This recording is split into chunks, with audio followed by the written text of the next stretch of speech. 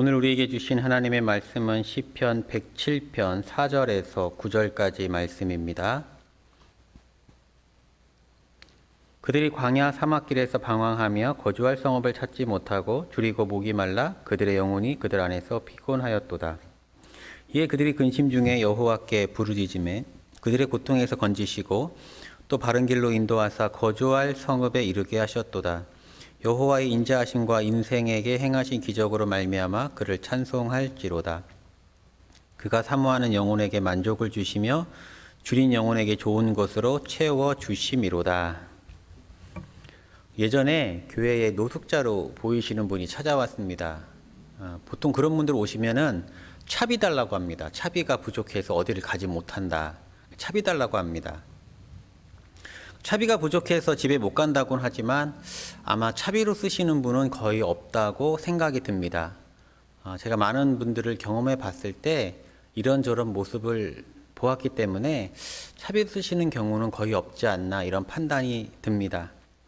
심지어 어떤 분은 아기가 분유가 없다고 그래서 제가 교회 재정으로 슈퍼마켓까지 모시고 가서 쌀과 분유를 사드렸는데 후에 제가 그 단골 슈퍼여서 가봤더니 같이 오신 그분이 그 분유를 담배로 바꿔갔다고 그런 이야기를 들었을 때는 허탈하기까지 했습니다. 그런 돈을 받으면 잘 모은다든지 그 재활에 사용해서 나중에 다시 일어났으면 좋겠는데 참 자기 몸을 오히려 해치는 곳에 더 쓰시는 경향도 있는 것 같습니다. 돈을 드렸는데 그날 신방하고 이렇게 교회 오는 길에 길에서 술에 취해가지고 누워 계신 모습도 본 적이 있기 때문입니다. 아무튼 그날 교회에 찾아오신 분에게는 정말 그분에게 필요한 것을 주어야 되겠다 이런 생각을 했습니다. 그래서 우선 차에 태워서 김밥집을 갔습니다. 그래서 혼자 먹을 수 있는 충분한 양의 김밥과 물을 포장해서 그 다음에는 목욕탕 간다 이렇게 말씀드렸습니다. 그분이 별로 좋아하지 않더라고요. 돈으로 달라는 거예요. 가는 내내 돈으로 주면은 제가 목욕탕 가겠다. 제가 사실 그분을 믿지 못해서 목욕탕까지 같이 가서 그 입구에서 목욕탕비를 결제했습니다. 그리고 들어가는 그분에게 또한 차비 많지는 않지만 차비까지 들었습니다. 그리고 그분이 잘 재활하기를 기도했습니다. 그런데 여러분, 우리도 하나님 앞에 그런 모습을, 그런 요구를 하지 않을까 그런 묵상을 해보았습니다. 하나님 보시기에 우리에게 필요한 것들이 있을 텐데 우리는 우리가 원하는 것들만 기도하고 있지 않을까. 그 노숙자처럼 주지 않는다고, 우리가 원하는 것을 주지 않는다고 떼쓰고 있지는 않은가 이런 생각을 해보았습니다. 오늘 말씀을 통해서 우리에게 좋은 것으로 채워주시는 하나님 만나기를 소망합니다. 시편 107편은 곳곳에 포로기 이후의 모습을 연상시키는 내용이 많다는 점에서 바벨론 포로에서의 귀환이라는 역사적 체험을 배경으로 택한 백성에게 하나님이 베푸신 은혜를 찬양하고 있습니다.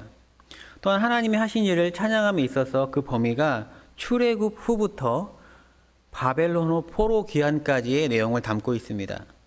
먼저 시인은 이스라엘 백성이 출애굽 후 광야에서 방황하고 있을 때의 고통을 이야기합니다. 4절 5절 말씀입니다.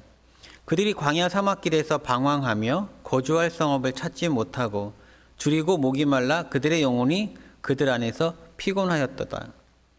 여러분, 그늘 하나 없는 사막에서 거주할 곳이 없는 그들의 심정이 어떻을까요? 오늘 본문에 보니까 5절 말씀에 잘 묘사하고 있습니다. 그들의 영혼이 그들 안에서 피곤하였도다. 피곤한 육체, 피곤한 인생, 피곤한 영혼.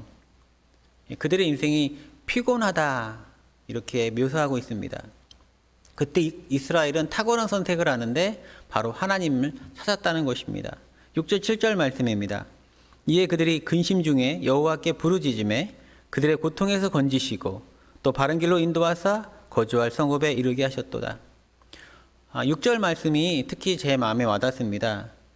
그들이 근심 중에 여호와께 부르짖었다. 여러분, 근심 중에 그들은 여호와께 부르짖었다는 거예요. 여러분, 우리 안에도 근심이 있습니다.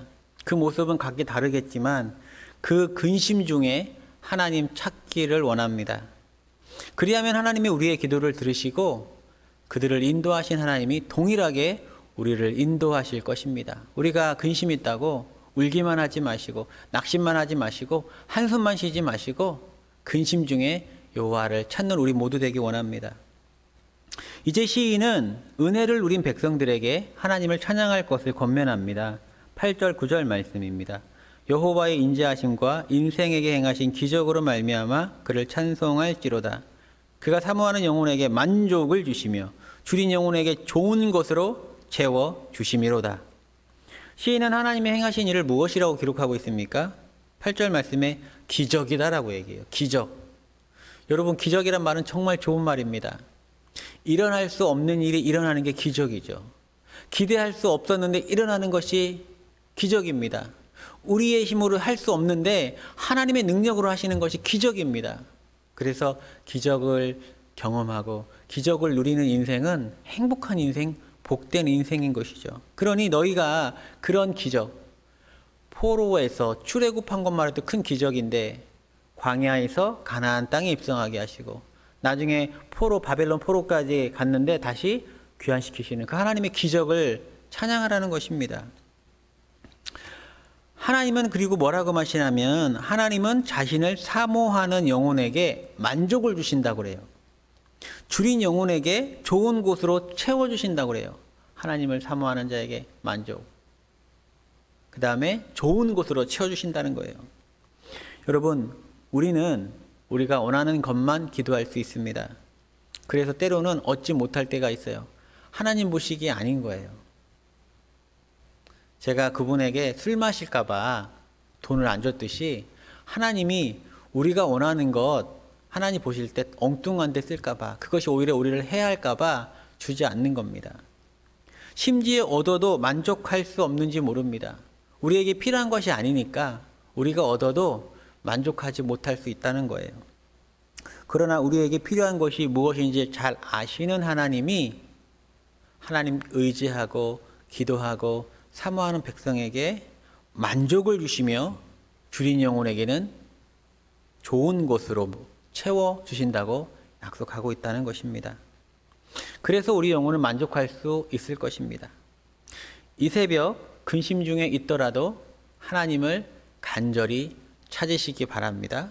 하나님께서 좋은 것으로 채워주사 피곤한 우리 인생이 만족한 인생이 될 것입니다. 기도하겠습니다.